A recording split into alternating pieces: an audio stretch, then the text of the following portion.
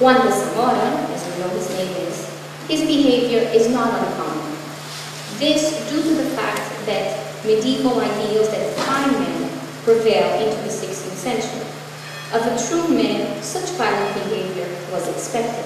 As Gilmore aptly points out, a man must prove his manhood every day by standing up to challenges and insults, as well as being tough and brave.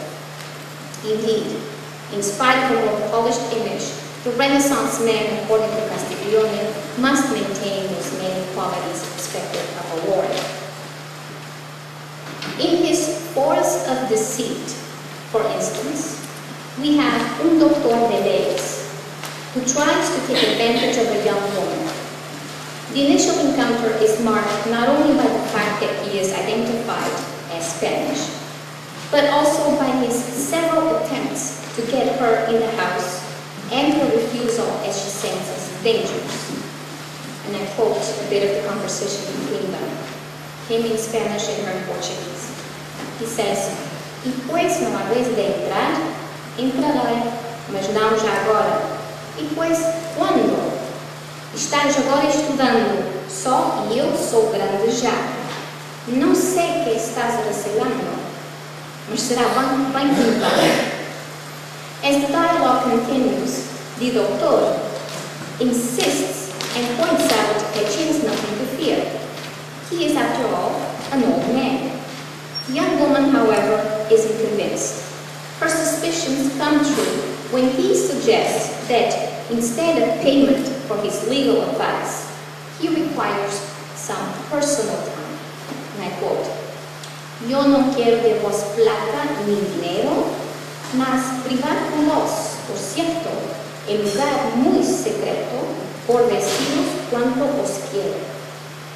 The text also indicates that it is not the first time that the doctor has made such advances.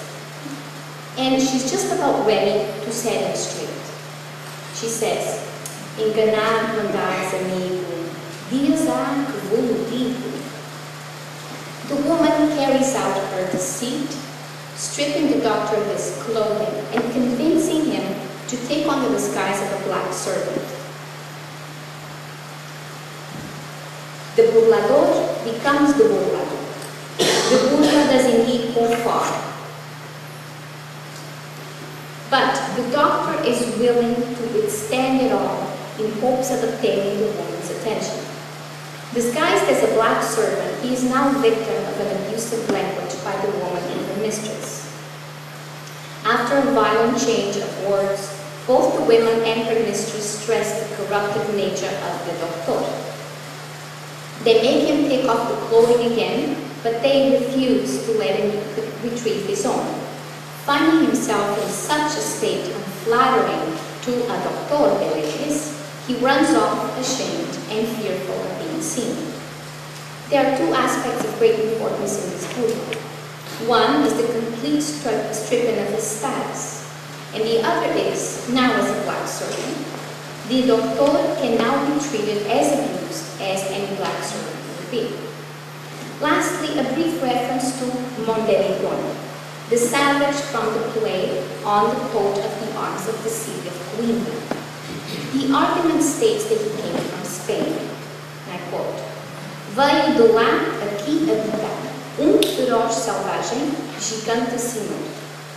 As we later find out, Mondeligon, in addition to terrorizing the area, has taken and kept prisoner the Princess Corimena, her brother Melidonio, and 4 maids.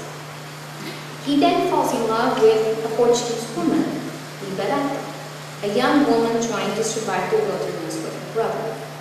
But upon being rejected, he threatens force and violence. All ends well when the serpent and the lion kill him and immediately release the prisoners.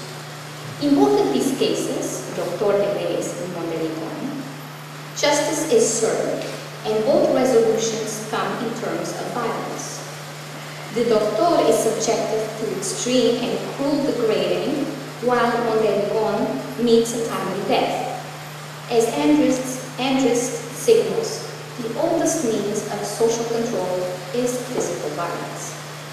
According to Girard, violence is a direct consequence of a loss of difference, a loss of distinctions in identification necessary to the proper functions of social institutions.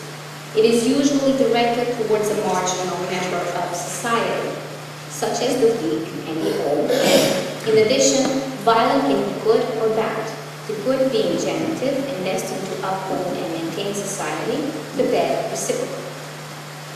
Violence can also result from two individuals who desire the same object, more than likely a woman. Often, to restore society, extreme measures can be taken which result in a sacrificial victim.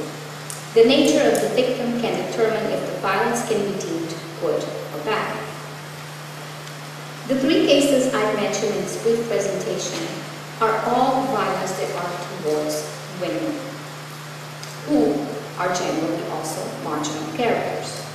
However, what is interesting is that the good violence is being executed as well by marginal characters. The Castilian as a foreigner, the doctor as a member of a different social class, as both, and in this case, as both women point out, a disgrace to his status, and the as a monster who lives alone in the woods and has kidnapped those who stand for honor and goodness. In the case of the doctor and Montericon, the tables are turned, and thereby bad violence is counteracted with good violence that restores society and proper behavior. It is clear that the doctor has learned a valuable lesson, and most likely will not try deceiving young women. And I quote, "Será más sano callar hecho tan profano y olvidar esta guerra." In the same manner, the death of Montericon brings joy, presented on the stage by the final song and dance.